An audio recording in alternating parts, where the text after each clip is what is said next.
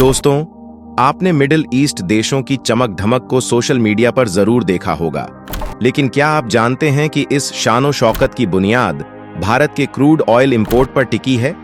जी हां, भारत ने financial year 2024 में लगभग 132 बिलियन यूएस डॉलर का क्रूड ऑयल इंपोर्ट किया है, जो कई छोटे देशों के सालाना बजट से भी ज्यादा है। इससे आप अंदाजा लगा सकते हैं कि मिडिल ईस्ट के शेखों की लग्जरी लाइफस्टाइल भारत पर कितनी निर्भर करती है। लेकिन अब ऐसा लगता है कि उनकी यह चमक जल्द ही फीकी पड़ने वाली है, क्योंकि भारत को अपने क्षेत्र में ही कच्चे तेल का एक बड़ा स्रोत मिल गया है। हाल ही में ऑयल इंडिया ने घोषणा की है कि उन्हें नॉर्वे की एक प्रमुख ऑयल ड्रिलिंग कंपनी का सहयोग मिल गया है। इस सहयोग के साथ ऑयल इंडिया अंडमान निकोबार द्वीप समूह में गहरे तेल भंडार से कच्चा तेल निकालने जा रही है। इस क्षेत्र में इतना तेल है कि यह भारत की आने वाली 70 वर्षों तक की आवश्यकताओं को पूरा कर सकता है। जब से रूस यूक्रेन युद्ध शुरू हुआ है, भारत यूरोप को तेल निर्यात कर रहा है। यूरोपीय देशों को तेल और गैस के लिए रूस पर निर्भर रहना पड़ता है। इस स्थिति में भारत ने रूस से आयात किया तेल रिफाइन कर यूरोप को सप्लाई करना शुरू किया। भारत अब तेल सप्लायर बन चुका है और जल्द ही भारत को अपने क्षेत्र में ही कच्चा तेल मिलने लगेगा, जिससे मिडिल ईस्ट के शेखों की नींद उड़ जाएगी।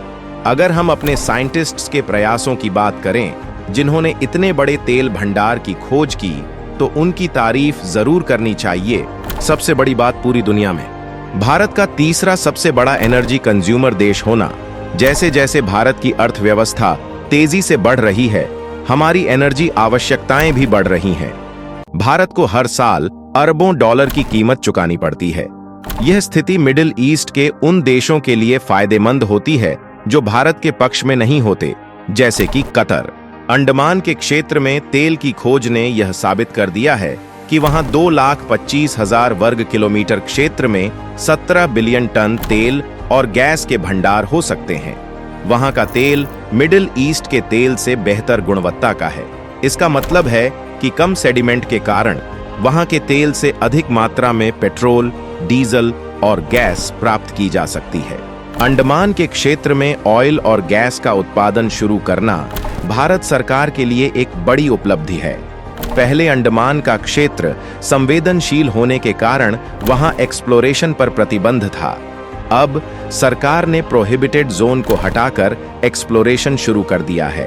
भारत में क्रूड ऑयल की बढ़ती कीमतों का सीधा असर पेट्रोल और डीजल के दामों पर पड़ता है। इसीलिए सरकार क्रूड ऑयल के प्रोडक्शन को बढ़ाने और इंपोर्ट को कम करने के लिए एथनॉल ब्लेंडिंग पर काम कर रही है। इस योजना से वित्त वर्ष 2023 में भारत ने 2300 करोड़ रुपये की बचत की है। क्लीन एनर्जी की तरफ कदम। भारत की कई इंडस्ट्रीज जैसे आयरन, स्टील और सीमेंट 2047 तक ग्रीन हाइड्रोजन पर शिफ्ट हो जाएंगी। इसके अलावा इलेक्ट्रिक व्हीकल्स की डिमांड भी तेजी से बढ़ेगी। इन सभी कदमों से भारत की अर्थव्यवस्था को लाभ होगा। देश और दुनिया की खबरें सही तरीके से समझना चाहते हैं तो इंडिया इनसाइट न्यूज को सब्सक्राइब कर लें। धन्यवाद।